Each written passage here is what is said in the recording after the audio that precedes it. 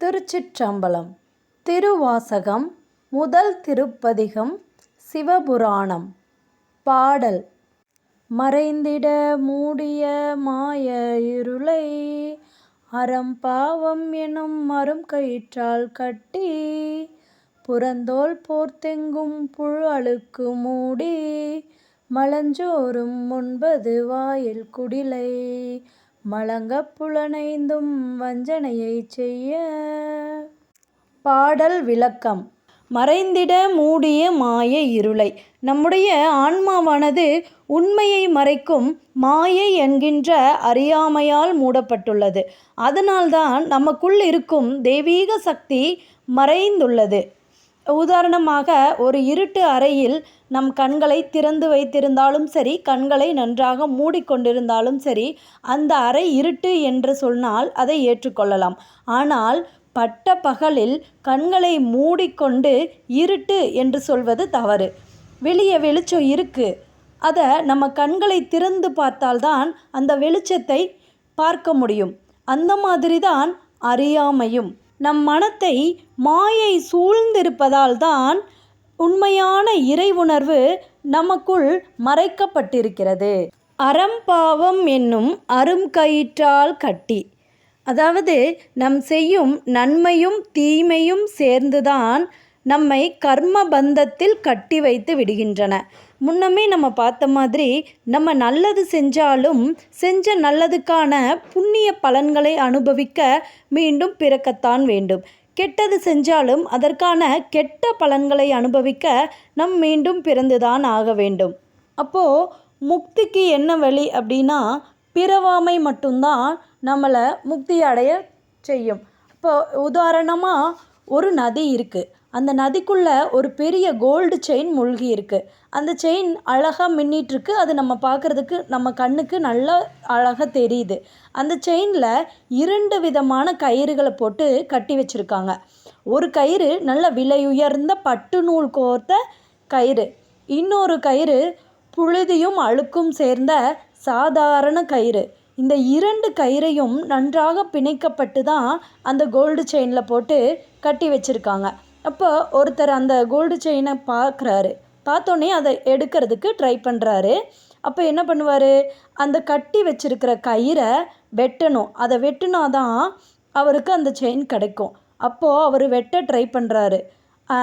அழுக்கு கயிறை மட்டும் வெட்டலாம் அப்படின்னா முடியாது. ஏன்னா பட்டு நூல் கோர்த்த கயிறும் சேர்ந்து தான் இருக்குது. இப்போ விலையுயர்ந்த கயிறால் கட்டியிருக்காங்களே, அந்த கயிறு வீணாக போயிருமோமே வெட்டினோம்னா அப்படின்னு நினச்சாரு அப்படின்னா அவருக்கு அந்த கோல்டு செயின் கிடைக்காது. அப்போ என்ன பண்ணணும், பட்டு நூல் கயிறாக இருந்தாலும் சரி, அழுக்கு வாய்ந்த கயிறாக இருந்தாலும் சரி, 2ஐயும் வெட்டினாதான் அவருக்கு அந்த கோல்டு செயின் கிடைக்கும். அந்த மாதிரி தான் அறமும் பாவமும் 2ம் நம் ஆன்மாவை பிணைக்கும் கயிறுகள். அப்போது முக்தி பெற வேண்டும் என்று நாம் விரும்பும் நம் ஆன்மா நல்வினையாகிய அறத்தையும் கெட்ட வினையாகிய பாவத்தையும் 2ஐயுமே கடந்து செல்ல வேண்டும்.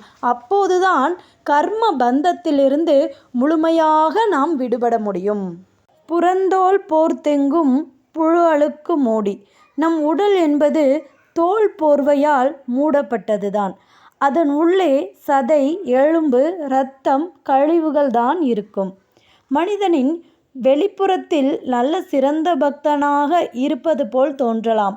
ஆனால் மனித மனத்துக்குள் அழுக்கும் பாவங்களும் மோசமான எண்ணங்களும் நிறைந்திருக்கின்றது.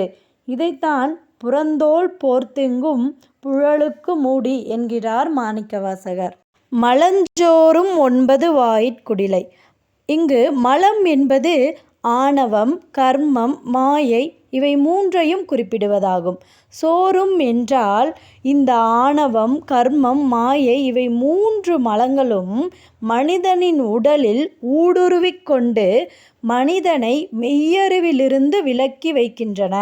9 வாயிற்குடிலை என்றால் மனித உடலில் உள்ள 9 துவாரங்கள் தான் 9 வாயில்கள். அவை 2 கண்கள், 2 காதுகள், 2 மூக்கு துளைகள், ஒரு வாய், ஒரு மலஜலம் வெளியேறும் உறுப்பு, ஆண் பெண் இனப்பெருக்க உறுப்பு. குடில் என்பது மனித உடம்பை குறிக்கின்றது. அதாவது மனிதன் வாழ்க்கையில் உடலை மிகுந்த முக்கியத்துவத்துடன் பார்த்து அதன் புலன்கள் வழியாக உலகின் ஆசைகளில் மூழ்குகிறான். அதற்கு காரணம், அந்த அறியாமைக்கு காரணம் அந்த புலன்கள்தான். உதாரணமாக ஒரு சின்ன ரூம் இருக்குன்னு வச்சுப்போம். அதில் 9 கதவு இருக்குன்னு வச்சுப்போம். அந்த 9 கதவும் எப்பயுமே திறந்து தான் இருக்கும். அந்த கதவுகள் வழியாக தூசி, ஒளி, புகை, வெளிச்சம், காற்று எல்லாமே ஈஸியாக நுழைஞ்சிரும்.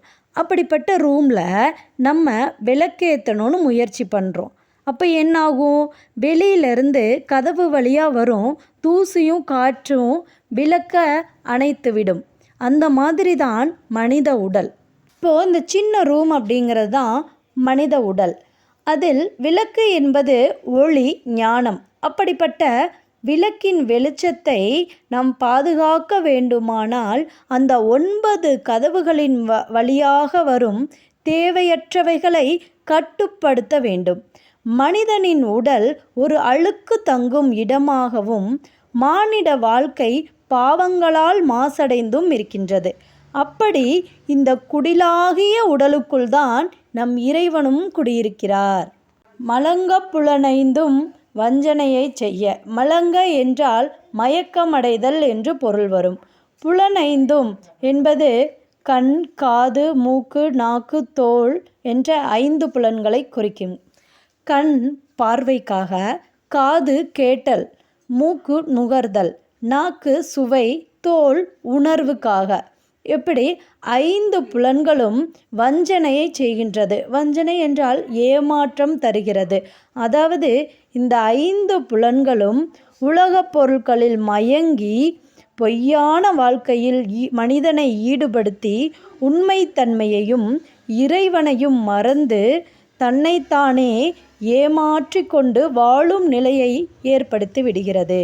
உதாரணமாக ஒரு மனிதன் ஒரு மலை உச்சியினை அடைவதை இலக்காக கொண்டு பயணம் செய்கிறான். அவனுக்கு வழி தெரியாது. அவன் முன் வழி தெரிந்த 2 பேர் சென்று கொண்டிருக்கிறார்கள். அவர்களுக்கு வழி நன்றாக தெரியும். அவர்களை பின்தொடர்ந்துதான் இந்த மனிதன் இலக்கு நோக்கி செல்ல வேண்டும். பாதியில் அவருடைய மொபைலுக்கு ஒரு நோட்டிஃபிகேஷன் வருது. அதை பார்த்தோன்னையும் நோட்டிஃபிகேஷனை ஆன் பண்ணி உள்ளே போய் பார்க்க ஆரம்பிச்சிட்டாரு. அதில் ஒரு 2 ரீல்ஸு, வீடியோ, மெசேஜ் எல்லாமே வந்துட்டுருக்கு. இதை அவர் பார்த்துட்ருக்காரு. இதில் அவரோட நேரமும் தவறி போச்சு, பாதையும் மாறிப்போச்சு. முன்னாடி போன 2 பேர் எங்கே போயிட்டாங்கன்னே அவருக்கு தெரியல. அப்போது பாதை தவறி செல்ல வேண்டிய இலக்குக்கு செல்லாமல் ஆபத்தான ஒரு காட்டுக்குள் போய்விடுகிறார். இதில் என்ன சொல்ல வருகிறோம் என்றால், புலன்கள், கண்ணு தான், அவரோட கண் என்ன பண்ணுச்சு? ரீல்ஸ் பார்த்துச்சு. காது அதோட சவுண்டை கேட்டுச்சு. அவரோட விரல் தொடு உணர்தல் ஸ்க்ரோல் பண்ணுச்சு. அதனால அவரோட நேரம், சிந்தனை, இலக்கு இதெல்லாம் மறந்துருச்சு.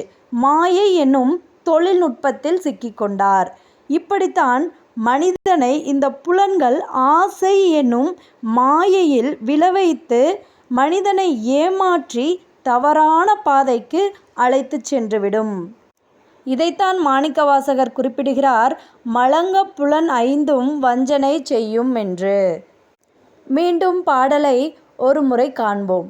மறைந்திட மூடிய மாய இருளை அறம்பாவம் எனும் மரும் கயிற்றால் கட்டி புறந்தோல் போர்த்தெங்கும் புழு அழுக்கு மூடி மலஞ்சோறும் 9 வாயிற்குடிலை மலங்கப் புலனைந்தும் வஞ்சனையை செய்ய. திருச்சிற்றம்பலம்.